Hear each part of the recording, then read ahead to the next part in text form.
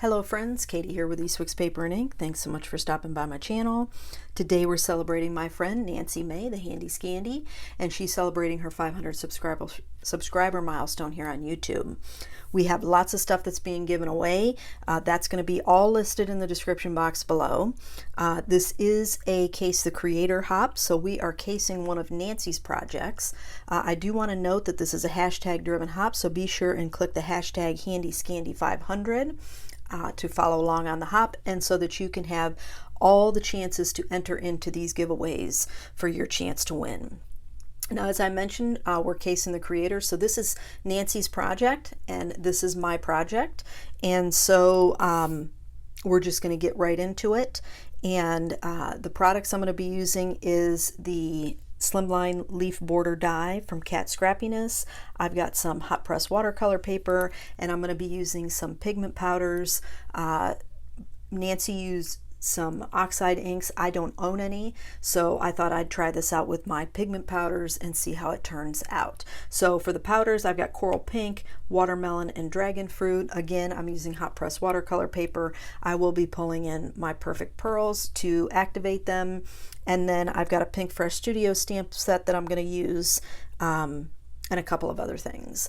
So I want to talk about the giveaways and things like that. So we've got a grand prize package that is for US residents only. So you need to make sure when you're leaving your comments that you let us know where you're located, so that you know, things can be selected appropriately. There is a $25 gift card for international viewers. That's prize number 2.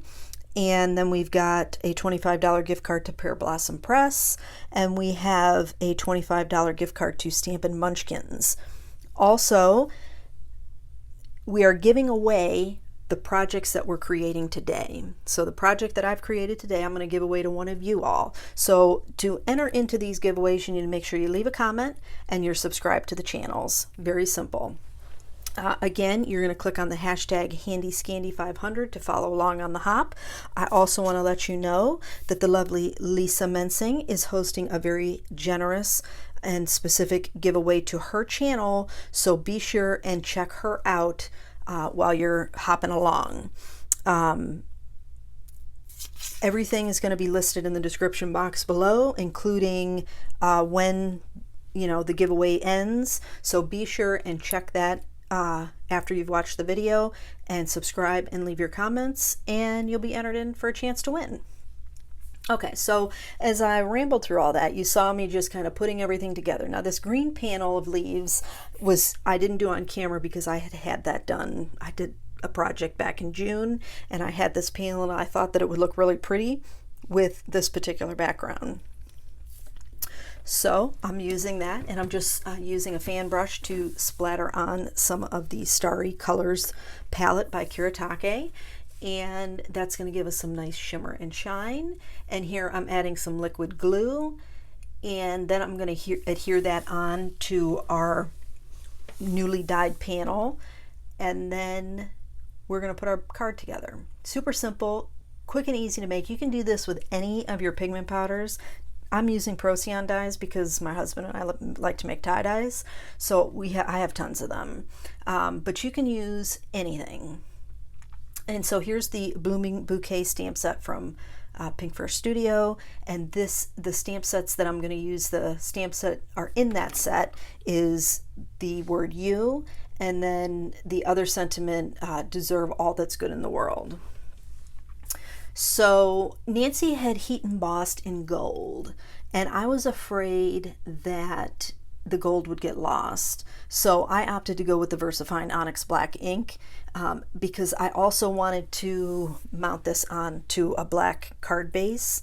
I just find when you have these bold, bright colors that black cardstock really makes those colors pop even more. So I knew I was going to have a little border, a little 1/8 of an inch border of that black cardstock showing, and that just allowed the Onyx Black ink to be able to stand out a lot better. Okay, so once we get that inked up, it really is pretty straightforward. We're going to add some double-sided adhesive to the back of our panel. I did ink these up twice because I splattered first. I probably should have inked these up maybe 3-4 times, because once that, here you can't tell, but once that ink dries back, the gold splatter pops right through. So the card panel, this is a little different. So that panel with the leaves is 3.5 by 8.5 inches. So 3.5 inches wide by 8.5 inches long. And so my card base is a little unusual because that border would give a lot, that leaf frame would give a lot more of a border of that black cardstock, and I only wanted 1/8 of an inch.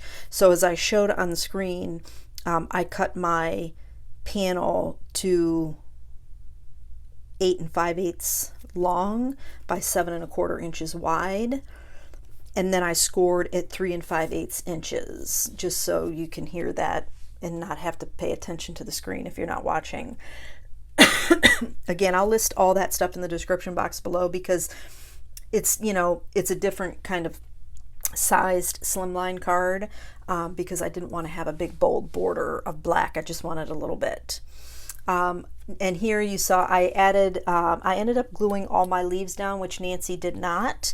But because I'm shipping this off and I'm not sure where it's going to go, I wanted to make sure that those were adhered so they wouldn't get torn. But here's all the sparkle and splatter. And that's going to wrap up the card for me today, my friends. I hope you enjoyed the video. If you did, make sure you're subscribing, and be sure to subscribe so that you can be entered into the giveaway, and leave me a comment. I hope you have a fantastic day. I'll catch you in the next video.